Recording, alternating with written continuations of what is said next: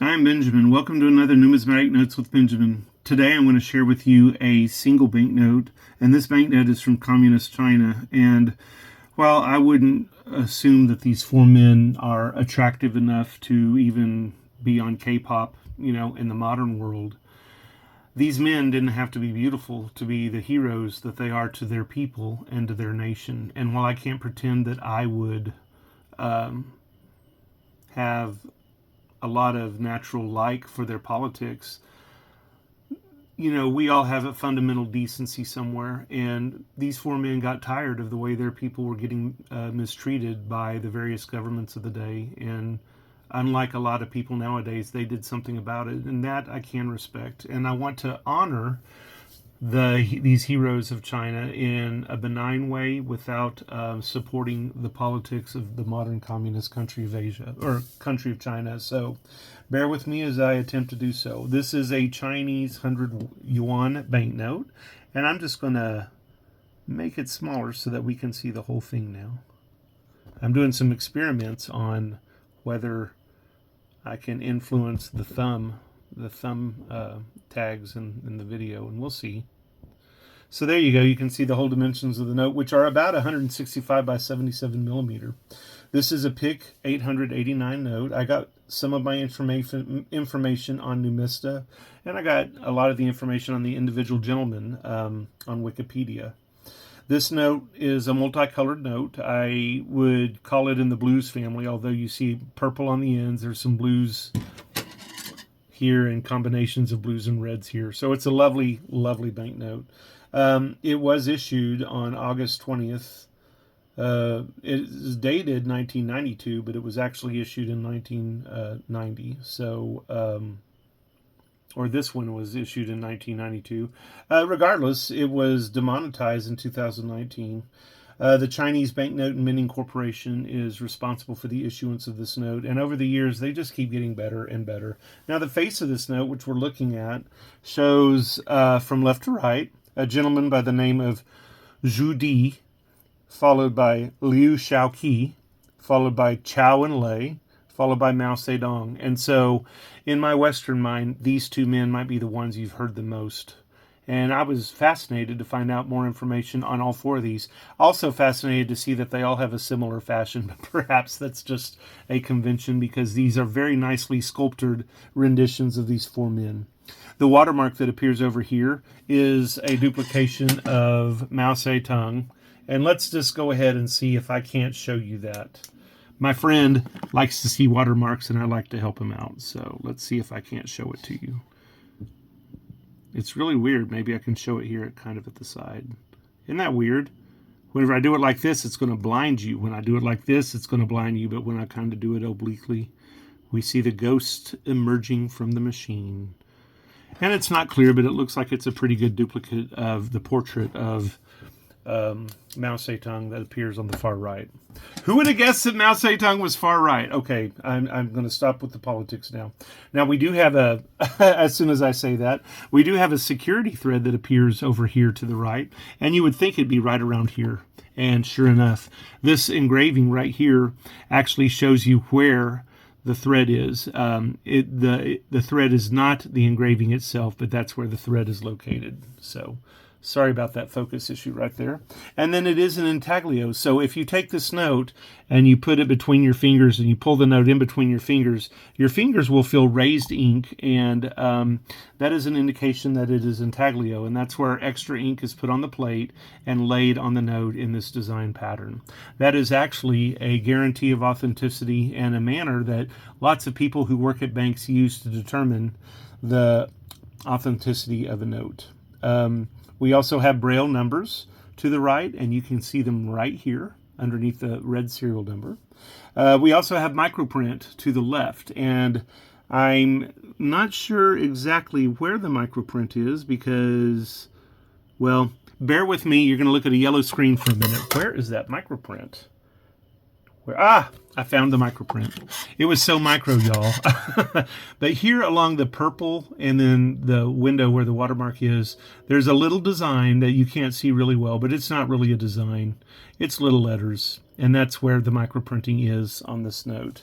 When you use the UV effect, and let's see if I can't show you that, you can see that there are there is a word "ibai" above the 100, and you can see that there is 100 to the right over here.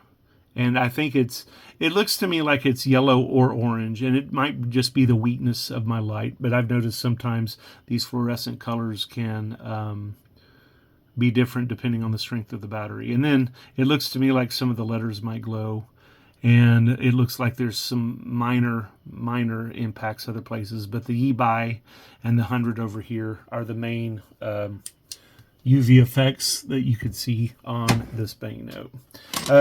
Let's start with who the men are. And this right here is Zhou Di, and he was born in 1886 and died in 1976. He was the principal founder of the People's Republic of China. He overcame a severe opium addiction. So kudos on that. He survived that and went on to achieve leadership in his nation. He actually lived in Germany from 1922 to 1925. He got kicked out and then went to live in the Soviet Union. He was named Commander-in-Chief of the People's Liberation Army in 1949. He was dismissed from power in 1969 during the Cultural Revolution. And I have a lot of sympathy for that because I'm in education, and sometimes I feel like we're experiencing a cultural revelation of our own in that industry. He was reinstated to power in 1973, though, and was rehabilitated. So let's move on now to Liu Shaoqi, and I'm pretty sure I am not saying that right, but he was born in 1898. And he died in 1969. He was head and state of the Chinese People's Republic from 1959 to 1968. He was considered as a possible successor to Mao, but he was purged during the Cultural Revolution, and he was considered for a long time to be a traitor to the revolution. He was rehabilitated by Deng Xiaoping in 1980. So not everybody thought ill of Mr. Shaoqi. Let's move on over here to Zhou Enlai. Zhou Enlai was also born in 1898, and he died in 1976. He was the first premier of the People's Republic of China.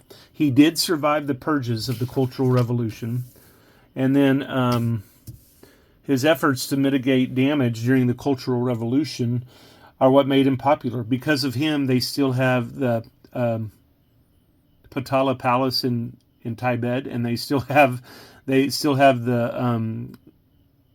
Palace of the Emperor in, I believe it's Beijing or Shanghai. One of those capitals, I don't know. But a lot of the things that were historically Chinese were destroyed in this time, but there were key sites that remain because of this man, thinking bigger than the politics of the day. And for that, he has my respect. He was designated to be Mao's successor in 1973. As a youth, he studied in Japan, and as a young adult, he studied in Europe.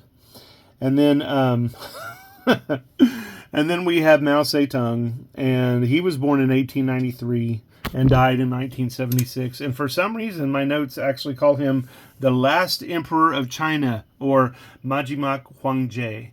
And I say that because while he was, I think he was a nobleman, but while he was also a man of the people, he was a rich man of the people, and he lived a decadent lifestyle as a man of the people. And like I've said in a previous video, Mao Zedong is either loved or hated, and history will be the ultimate decider, and you can judge based on the facts of history.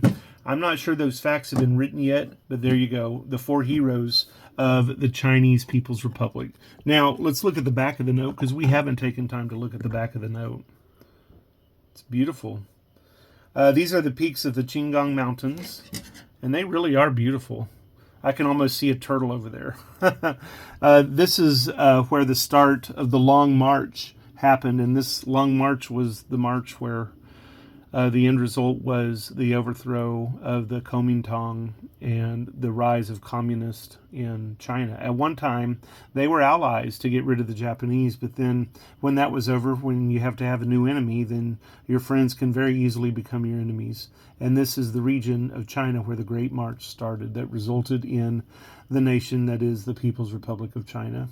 Interestingly enough, if you look over at this note here, we have a bunch of different little languages that include Arabic, Chinese, Latin, Mongolian, and Tibetan. So, I mean, they were equal opportunity at one point. And not too bad of a view of the cradle of the Chinese Revolution. What do you think? Is this a note you'd like to have in your collection? This was a note I wanted in my collection so bad that I gladly paid the $50 that it took to get this note.